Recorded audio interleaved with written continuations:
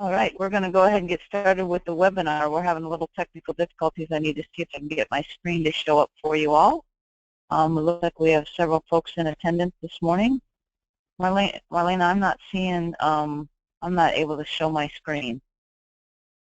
Do you have the show my screen button? There's something going on with the webinar. I wonder if you're, that's weird. Yeah, I can, oh, here, hold on a second. Okay. No, hold on.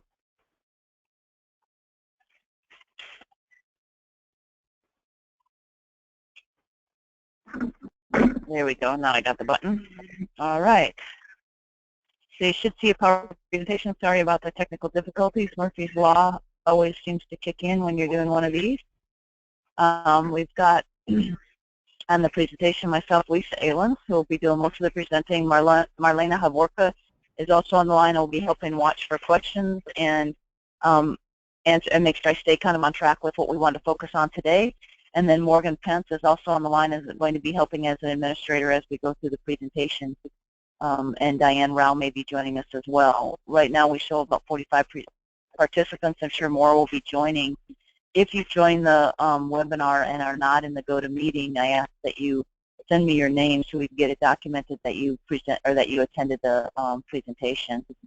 So today what we're going to do is talk primarily about decision making and with this for agency administrators and how to do decision support and what tools are out there to help do decision support. So in the webinar we have several features that if you have a question, you can raise your hand if you want to ask a question, or you can type in the question. It shows there in the middle of the box.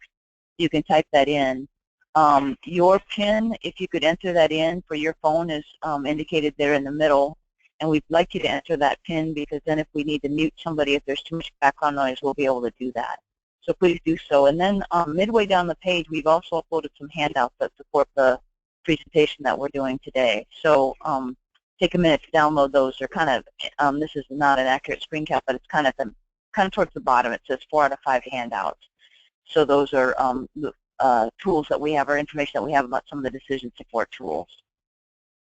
So today we want to talk about, again, your role in decision making and documentation. We want to talk about areas that you should spend some time in with this decision support system as an agency administrator.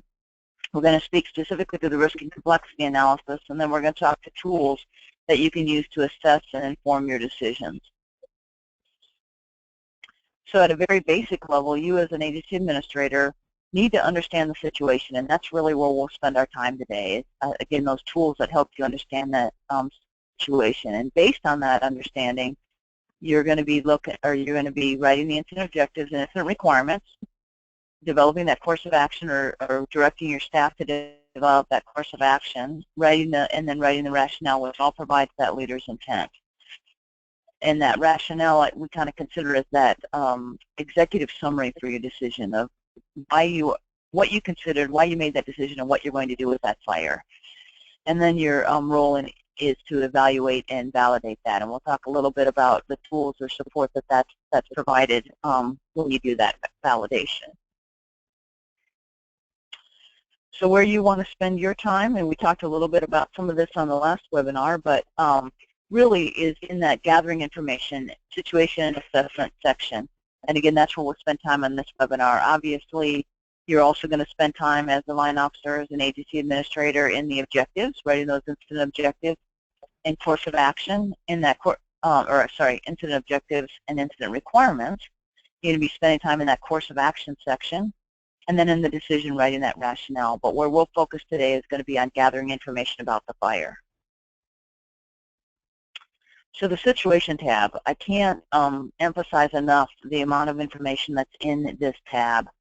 WFDSS was developed to be an application or a process that you can always look at your map and get an understanding and a bearing on your fire, where it's burning on the landscape, and what those values are that might be affected. Whether you're looking at the perimeter, as you see here, whether you're looking at the planning area, which is shown in purple, whether you're looking at the values, which are those red boxes. The blue lines are power lines that were being affected by this fire. You can look at roads. Spending time especially if you're new to a unit or you're going in to support another unit on the situation tab, again, can't emphasize enough. There's a lot of national layers in here. There's a lot of information that you can gather to just get a sense of how that fire might be influenced by previous fires like those green polygons, or how it might affect the values that are of concern to that unit, the forest or the park or the unit that you're working on. Additionally, down in the very lower left-hand corner, you can see there's a unit fire planning section, and units can put in information that doesn't show up in these national layers. So if you know you have some values that aren't showing up as a forest or a park resource or a BLM resource, or not showing up in this national layer, such as communication towers or that kind of thing, you can put them in, or have your data managers put that in, so that it will show up when you start looking at this, or you can turn on that layer when you start looking at this map and the situation. So again, emphasis on this as a real tool when you're making decisions on fires. There's also the ability now to open up this map while you're working through the decision process, which wasn't there until last year, and is really handy, and I'll show you that in just a minute. So the next thing I want to talk about in that situation map is the values inventory, and I'm showing an expanded view of that layer switcher on the left-hand side. So if you click on the planning area, you can look down, and there's the little button there, or the little underlined area that's called spatial inventory. And this will show you everything that's within that purple planning area that we have data for, including if you have unit shapes that were put in, those could be included in here as well. And again, it's a way, even if you're familiar with your unit or unfamiliar with your unit, to be able to look at what might be affected by this fire and what might need to be addressed in the decision. So very important to be able to take a look at this and select or pop out this planning area, or sorry, this values inventory, and be able to look at it. So call it a tool, call it data, but we feel that it's very important to emphasize. The assessment tab, that will be the next place that we'll talk and spend a little bit of time. And again, I've shown over here on the right, I kind of split the screen just so it could be a little bit more enlarged, but that little square on the right-hand side of any of these other tabs allows you to pop up that situation map we just talked about. So you can have it open concurrently, so you can flip back and forth as you're reviewing your decision or writing parts of the decision, and want to see kind of where is that fire in relationship to previously burned areas, or this value or that value. You can open that up and look at it. So in the Assessors tab, which was added last year, there's the information that you can fill out, that you can complete or review your relative risk rating. You can take a look at the organizational needs assessment.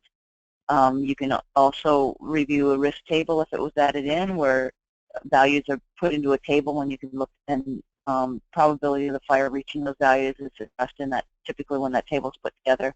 And then you can look at benefits that might be gained. So this was a new tab last year, and we'll look a little bit deeper now into the relative risk rating, and what that means to you. So this is a completed one, and usually these are completed by the fire staff initially, just based on qualitative information. So what do they know about the fire? So they can look at, where it is in relation to cultural natural resources, threat to values, socioeconomic concerns, fire behavior, fuels, fire potential, season severity, various fire spread, time of season. And this gives you as a line officer an overall sense of the risk involved in this fire. It's for one point in time when it was completed, and again, typically it's completed pretty qualitatively initially. But what we want to emphasize here is that there are a lot of tools that can help quantify this relative risk rating, and this relative risk rating should be completed or updated over time. And so if you haven't seen one, or you're looking at a periodic assessment and maybe your relative risk rating hasn't been completed for a couple of weeks, and the fire situation is changing, maybe you've gone from mid-July to now you're going into August and it's getting hotter and drier, this should be updated to give you a sense as a line officer what the risk might be involved in this fire. The other thing about it is looking at that risk over time. What your risks related to this fire are early season compared to late season, or mid-season compared to late season, are very different, and that risk would change over time. And so you want to stay tuned to that and realize that there are a lot of tools out there that we'll talk about here next that can help support that and quantify this relative risk rating. The relative risk is also used as part of the organizational needs assessment. That combined with the combined with the objective concerns and the social political concerns are what give you the organizational needs assessment. That is another tool for you to look at to kind of evaluate where are we, what's my comfort level with this fire, what kind of organization might I need for this fire, and really look at how you answered or how those questions were answered and what that might mean to you as a line officer. This one, for instance, you may decide that it's not really a concern. We're okay with a Type 3 organization or even a Type 4 organization because it's a long-duration fire, and where the location is, it's okay to be up in the Type 3 because it's remote enough that a Type 4 IC can handle it. Or you may decide to stay with a Type 3 organization or go to a Type 3 organization because functionally or functional concerns when it comes to trying to support this fire are too challenging for a Type 4 IC. So it gives you a sense of where you might be and what the comfort level might be. And again, your fire staff helping you determine or evaluate that. There's a lot of, like I said, there's a lot of ways that you can really support that relative risk rating and get a lot of detailed information to quantify that risk rating that typically is completed qualitatively initially. There's a strategic operational planner that can help pull in a lot of these tools, or a long-term analyst that can pull in a lot of these tools, or you can access a lot of them just through links on the WFDSS website. Looking at your season and where you are trending is really easy to access, like the graphics that's shown up here for 1,000-hour field moistures, or looking at the climatology and looking at where you are related to historic information or projected information, or looking at the FS Pro Run, which we'll talk about next. So some of that information is very available as tools or questions you might ask as a line officer of your folks that are helping you make this decision or supporting this decision as you assess it and time goes on. One of the tools that we use quite often and really important for you as a line officer to get familiar with or request as needed is the near-term fire behavior tool. One of those documents that we attached to the presentation gives you a summary of these tools that we'll be talking about, and also questions that might answer for you as a line officer. In this case, the fire was burning on the west side of this drainage, and also where there was a main roadway, and these folks here were asking to come into their houses. A near-term fire behavior analysis was completed using forecasted weather to be able to show that if this fire was not contained on this edge, it was likely going to cross the road in that next burning period and burn into these houses. So the line officer was able to use that as a way to talk to the public and say, if we have you move back into your houses now, yes, it is on the other side of the road and we're making progress, but if you move back into your houses now, we're not only potentially fighting fire in and amongst your community, we are also going to be dealing with evacuations. And if we're dealing with evacuations, that's less folks that can protect homes.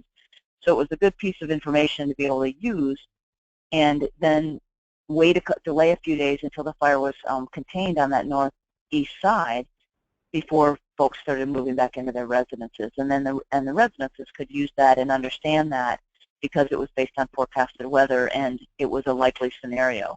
And then this analysis can be completed again as the fire perimeter changes or containment changes to keep answering those types of questions. Again, that document that we attached, it gives you some pointers on what tool might answer which types of questions for me.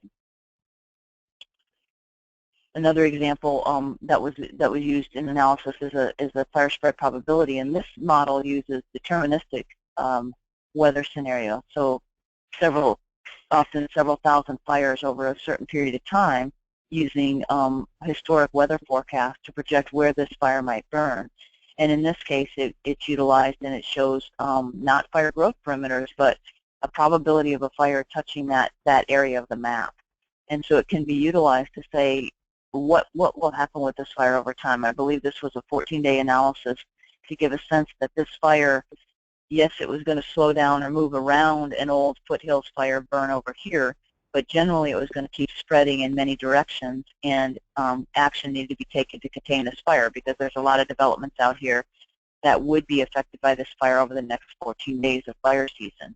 So again, you as a line officer may want to have a sense of maybe a remote outfitter camp or something at a distance, whether it's likely to be affected by this fire, so you can weigh out, is it worth the exposure now to our firefighters to be able to suppress this fire or pick up this fire, compared to whether the fire will actually get there. And that was used on the Boise a few years ago to say, what's the exposure of this crew versus the probability of it impacting this remote camp. And then the line officer could evaluate whether it was worth that exposure to be able to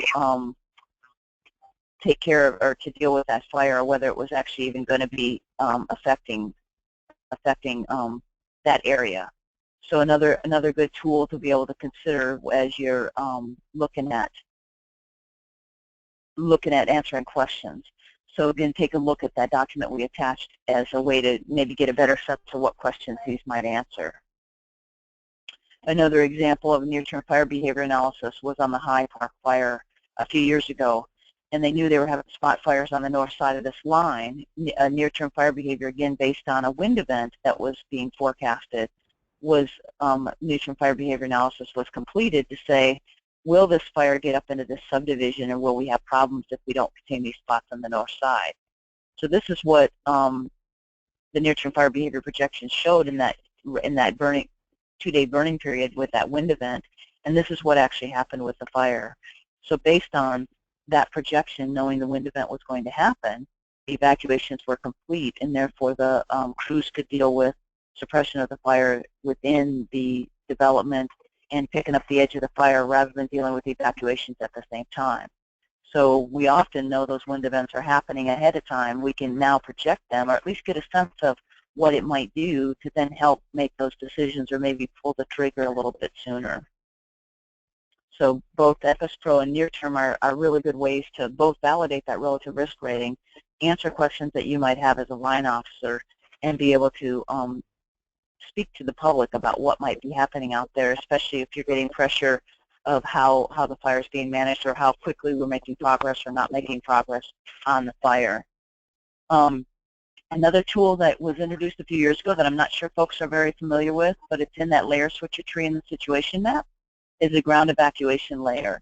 And you as a line officer, we know we can't mitigate all risks to firefighters as we go out and work on these fires. But maybe this gives you another tool in your tool bag to consider, if somebody was injured, what would it take to get that firefighter out of there? And is that exposure worth the values that we're protecting? So, for instance, is it worth going way into the backcountry to take care of this fire when we're not even sure it's going to come out of the backcountry? Or are we better off waiting to see if and when it does, and deal with it out where maybe it's a little more safe to do so? So this layer is another tool that's been added. I know that some folks feel that it's very tactical. It was added more from the perspective of how I'm trying to present it, is just another way to consider that exposure versus the risk versus the values we're trying to protect, and that trade-off that we're constantly having to make, or you're constantly having to make as that decision maker and providing your leader's intent. I wanted to talk briefly, and I know these are not necessarily tools to support you, but I feel like they do become tools, the course of action slider bar and the benefits slider bar. Both of them, in my mind, give us a way to kind of relook at, what did our land and resource management plan say? What did we write for incident objectives and incident requirements? How did we develop a course of action out of that? And what are we saying in the rationale we're doing? And is there alignment? And then what did we put into our delegation of authority and our leaders' intent information, a briefing package, to make sure the team understands that alignment?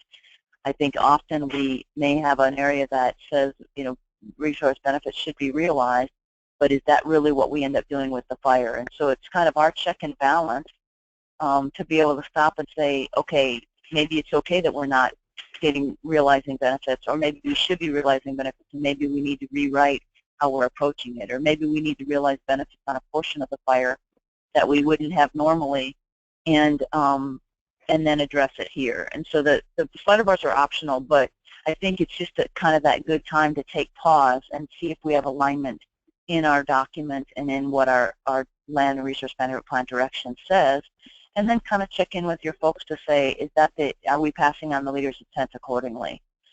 So again, a little bit of a tool, but more of a kind of a point out to be able to kind of do a check and balance.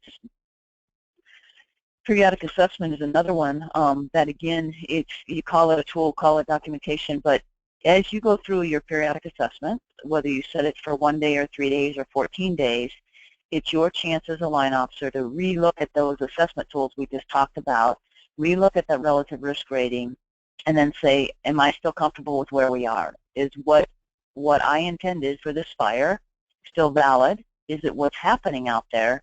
Or do we need to shift and make a change in how things are happening?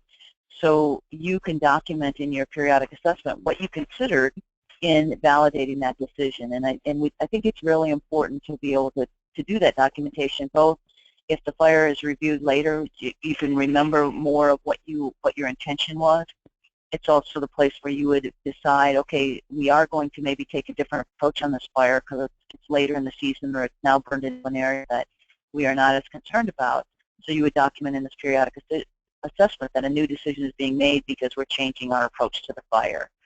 So I guess realize that it's not the way to change the decision, but it's a way to document how you feel about the decision and or if a new decision is being made. And so very important tool to kind of keep an eye on and make sure that we're updating regularly.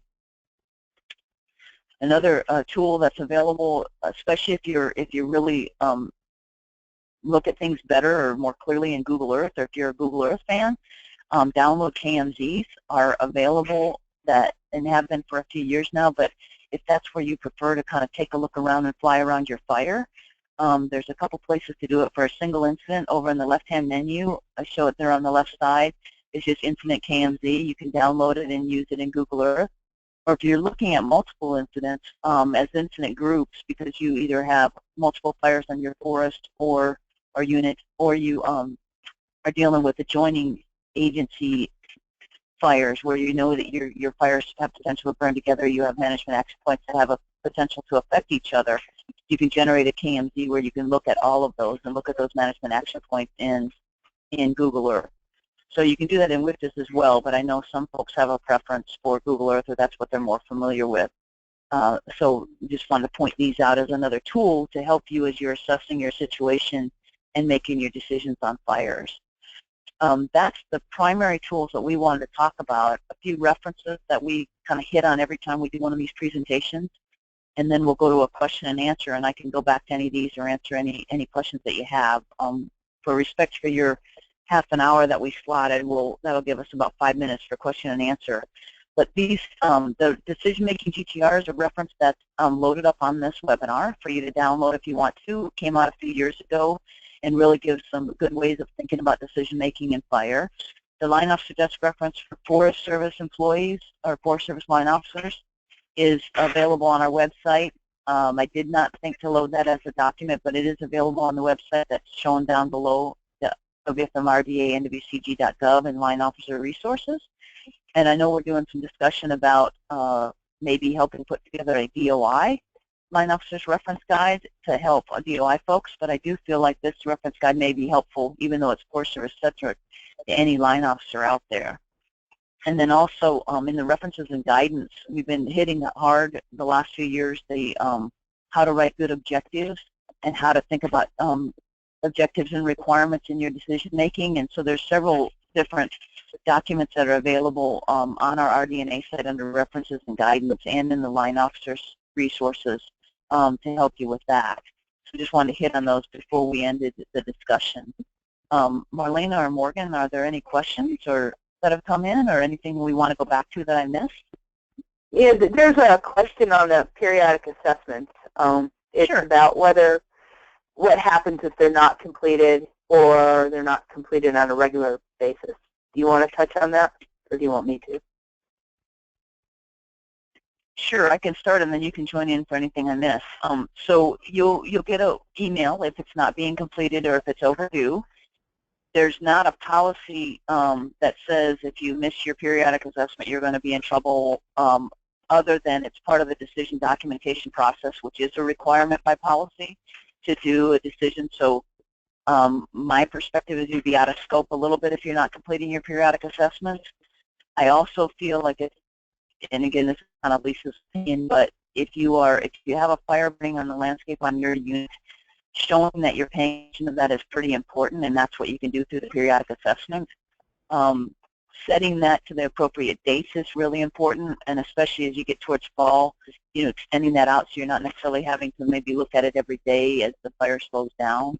But it is an important part of this decision process. I don't know, Marlena, do you have anything else to add to that?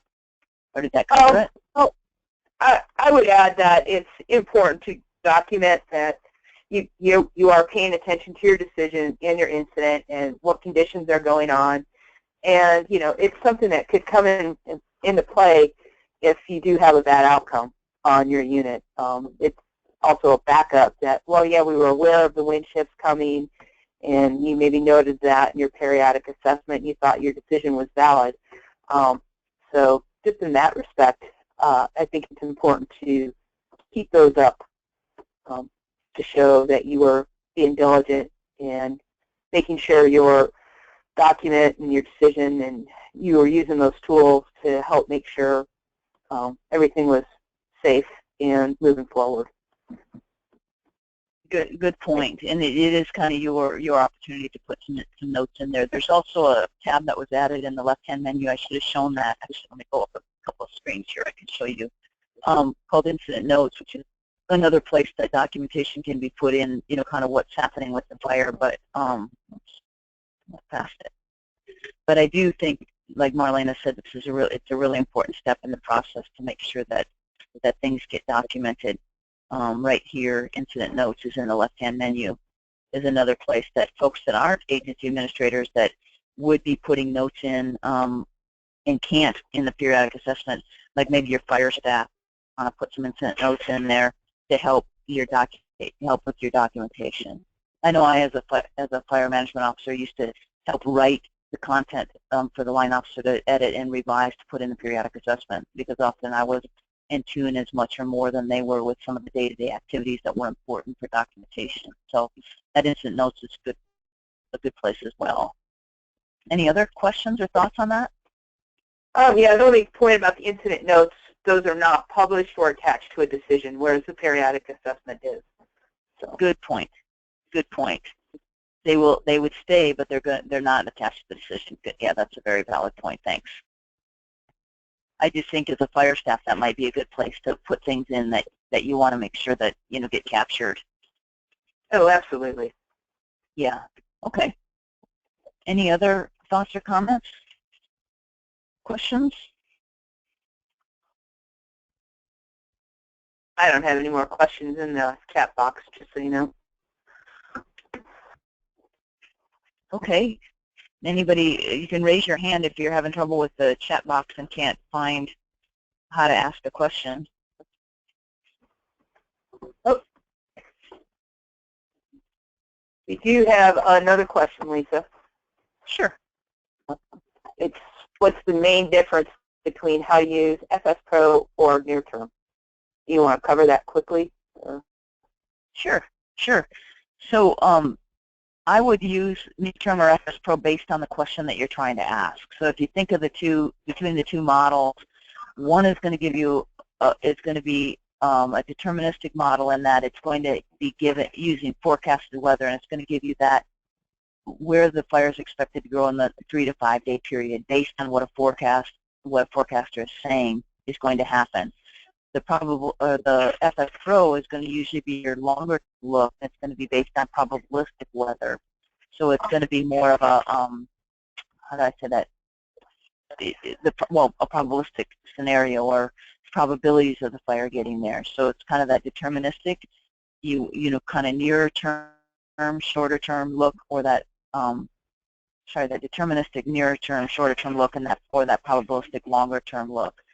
So I kind of look at them that way, depending on what question you're asking. Do you want to know what is forecasted to happen or what might happen? I don't know, Morgan and or Marlena, feel free to jump in there. I think I just maybe confused it more. Yeah. Hey, This is Diane. I can clarify a little bit too. Near term, what it does, it creates a fire progression output that can tell you, where the fire perimeter, is likely to be in a couple of days out. In sort of that short to near term, a couple days out, up to 5-6 days typically, but usually it's more like 3-4 days. Where FS Pro creates that probability footprint that sort of it gives you a perspective of what are the chances that the fire is going to reach this cabin in the next 7 days, the next 14 days. FS Pro doesn't create a fire progression output. It doesn't tell you where the fire is likely to be based on predicted weather. And what it does is it tells you where the fire could burn, given current weather, given historical weather, given what is possible on that landscape. Thanks, Diane. Much better said. Thank you. Did that answer the question for whoever asked it, or do we want to circle back around to anything?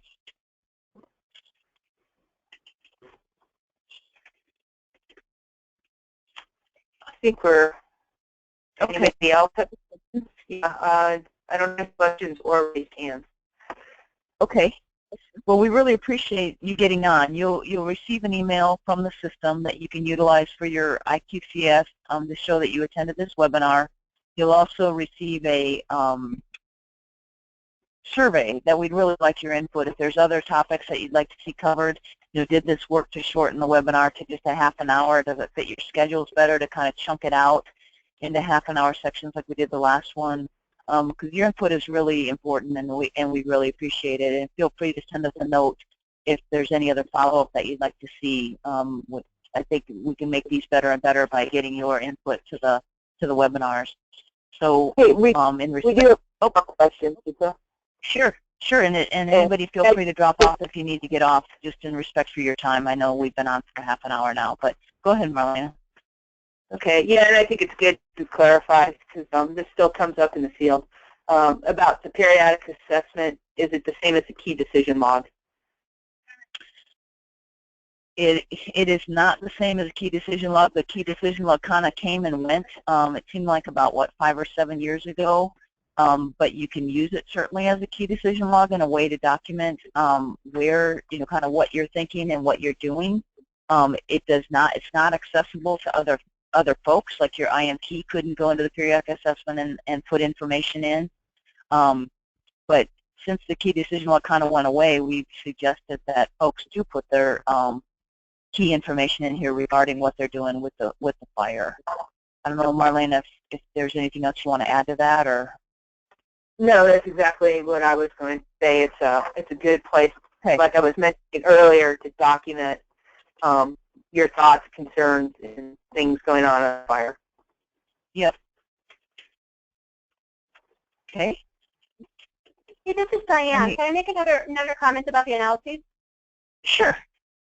Okay. I just wanted to emphasize the point that as agency administrators, whatever questions you may have about the likelihood or possibility of a fire burning in any particular direction, it's up to you guys to ask those questions. Do you want to know where the fire is going to be on the west side tomorrow, or in 3 days, or 5 days? Are you concerned about the east side of the fire, or where it's going to burn in 7 or 14 days? Whatever question you have about where the fire could burn, pose that to your analyst you have on site, your fire behavior specialist. Whatever question you have can be answered. There's a plethora of models in WFDSS to help fine-tune and develop answers to those questions. And so it's not, I don't want folks to get too bound up on, well, what models should I use to document analyses for this incident? It's more driven by what types of information do you want to know about. So I just wanted to specify that. The tools are available there to answer whatever questions you have. So, but just as agency administrators, you can be creative to ask those questions that are going to help inform your decision best. That's a really good point, Diane. And if you, we mentioned earlier, like the long-term analyst available, or strategic operational planner that can help you answer those questions. But if you don't have one of those on your fire, there's ways to access that kind of skill set that could help you even if you don't have the folks on your fire or on your unit that can do it. You can work through your geographic area editor, and they often have people up their sleeve or can do analysis for you, or they'll contact our staff, and we have somebody on call all the time to be able to support people remotely and help those questions answered if you kind of wondering about your fire and thinking about it, but you may not have the local resources to do it. It's a good point, Diane, and that is on the one sheet that talks about fire behavior tools summary, I think is what it's called, and it talks about what kind of questions each, could be answered that you might have as an agency administrator. So good point, thanks.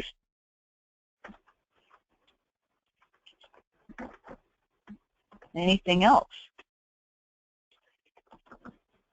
Well, thank you, Diane and Morgan and Marlena, for helping with this, and we appreciate you all being on.